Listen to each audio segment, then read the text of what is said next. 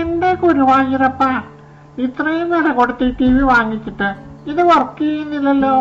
ഇതിനകത്തൊരു കുന്ത്രാണ്ടം കാണാൻ പറ്റുന്നില്ലല്ലോ. അത് ചൂടാകിട്ടിങ്ങനെ വരുന്നതേ ഉള്ളടി, നീയൊന്നടങ്ങടി എലിക്കുട്ടി. ഞാൻ കഞ്ഞി ഇട്ടിട്ടേ വന്നേക്കുന്നത്, അതിപ്പം തിളച്ച് ചാടിപ്പോകും. അത് കഞ്ഞിയല്ലേ, കുഞ്ഞല്ലല്ലോ, ചാടിയാലൊന്നും സംഭവിക്കുകയില്ല. ഓണാഘോഷങ്ങൾ തുടങ്ങാറായി മനുഷ്യ. തമാശ പറയാതെ നിങ്ങൾ ഇന്ന് അപ്പുറത്തെ വീട്ടിലെ ആ ജോസ് കുട്ടിയെ വിളിച്ചിട്ട് ഈ കുന്ത്രാണ്ടത്തിലൊന്ന് കാണാൻ വരുന്നെന്ന് പറഞ്ഞേ. സഹായം ചോദിക്കേണ്ടത് പുണ്യാളനോടല്ലേ, അല്ലാതെ ജോസുകുട്ടിയോടാണോ എലിക്കുട്ടി?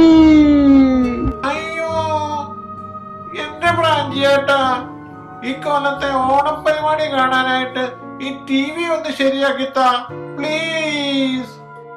മോളെ എലിക്കുട്ടി, പ്രാഞ്ചിയേട്ടൻ സീനിലെത്തി. Pranchiyettan 007. Sorry, background music.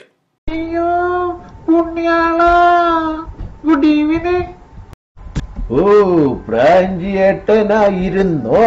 Good evening പ്രാഞ്ചിയേട്ട.